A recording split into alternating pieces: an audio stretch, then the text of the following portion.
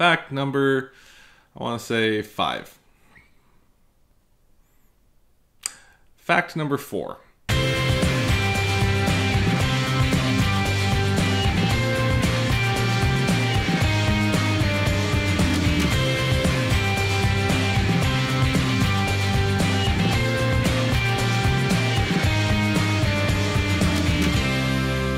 Welcome back to Rewind with bschwitty, because bringing on down to Veganville, today we are celebrating Labor Day. So in honor of that, well, I'm currently working, but maybe you're not. So let's talk about U.S. wines in another segment that we like to call 10 Facts About U.S. Wines.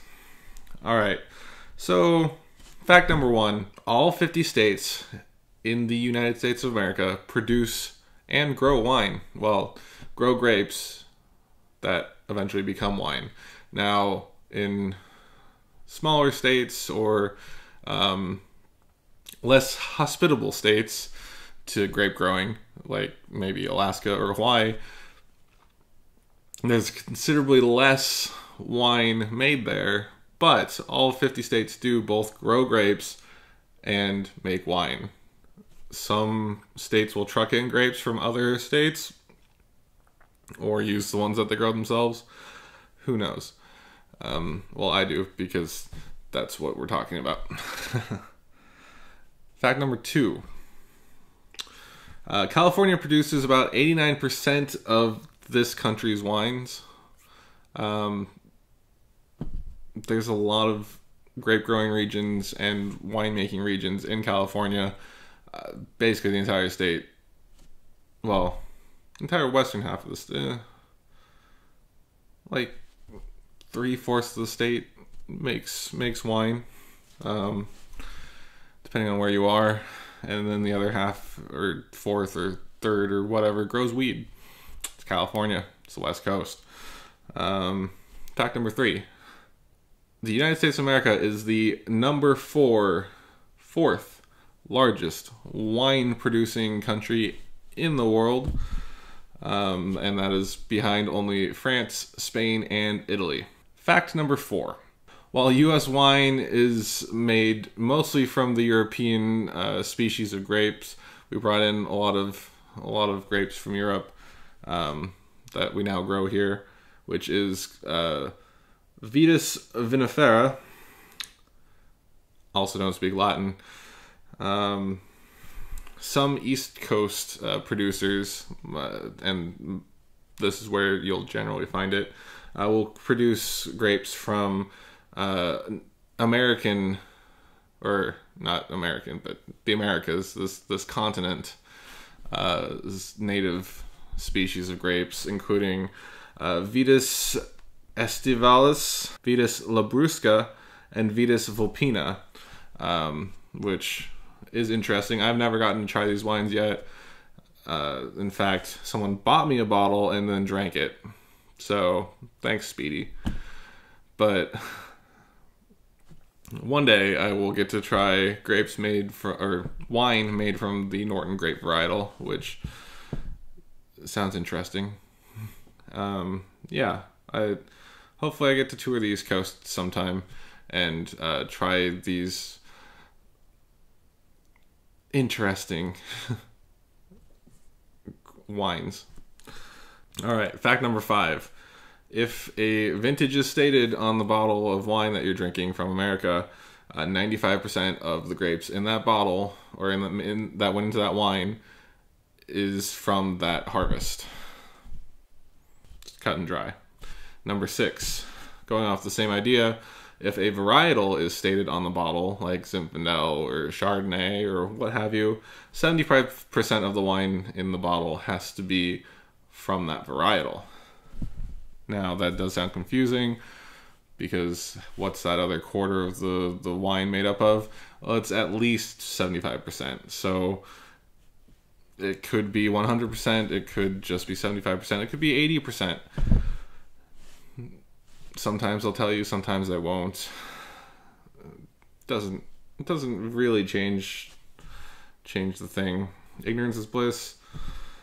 Also, this could vary from state to state. I know in Oregon, varietals have to be 90% of what they claim to be on the bottle. Number 7. The U.S. has its own version of like French wine regions called AOCs in France. Appellation de Contrôle.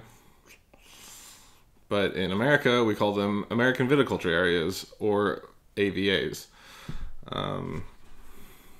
This kind of helps you know what region they're from and what to expect from a wine from that region. It's not cut and dry, but you kind of get an idea. And number 8, following that, if an AVA is specified on a bottle, it must have 85% of grapes produced in that region. So there's a lot of weird percentages being thrown around of what needs to be what in a bottle of wine. But as long as you know what you're getting, you know what you're getting. All right, number 9. Another American species of grapes, Vitis rotundifolia, is commonly used as rootstock for Vitis vinifera, which means that they're using the rootstock from American grapes because they're robust and hardier to graft on the fruit, essentially, to graft on the fruit growing part of the vines onto them so that they can survive in colder climates, hardier conditions, stuff that the European grapes aren't exactly bred for. It's more resistant to disease, stuff like that. Finally, fact number 10, American-owned E&J Gallo Winery is the second largest producer of wine in the world, not just America, the world, and makes up for about a quarter of the U.S. wine sales. So that's crazy that an American-owned company can be the second largest producer in the world of wine and at the same time make up a quarter of domestic sales in wine. Mind-blowing. So hopefully you learned something today. This is just a quick 10 facts about video because, well, it's Labor Day. You don't need to be watching YouTube. Go out and enjoy life or something. Or if you live in another country, like I know many of you do, happy Monday. Please join us for the rest of the week. Wednesday, I am going to be celebrating National Cheese Pizza Day. Yeah, that's a thing. And we're going to be trying to pair the best takeout pizza with some Toscana wine. A little Italian, which, if you think about the origins of pizza, really shouldn't go with pizza. And Friday, we'll be doing something fun. So now that harvest is starting to kick in, the month of September and I think October, we're going to be doing 2 different brackets. This month, I wanted to do Kirkland Signature Brand. We're going to do a 4-part series, and it's going to be like March Madness. We're going to have 2-on-2 matchups and see which Kirkland Signature Brand wine I like the best, so that you will have a re-wine recommendation the next time you go to Costco looking for stuff to buy in the wine section from Kirkland Signature. Not a sponsor. So thank you for joining us. Enjoy the rest of your day. If you're watching this on a different day, enjoy that day as well. Please comment, share, like, and subscribe. And just, if you ever want to chat, just leave me a comment down below. I'm here with wine. This has been Rewind. My name is bschwitty. Thank you for watching, and I will catch you next time.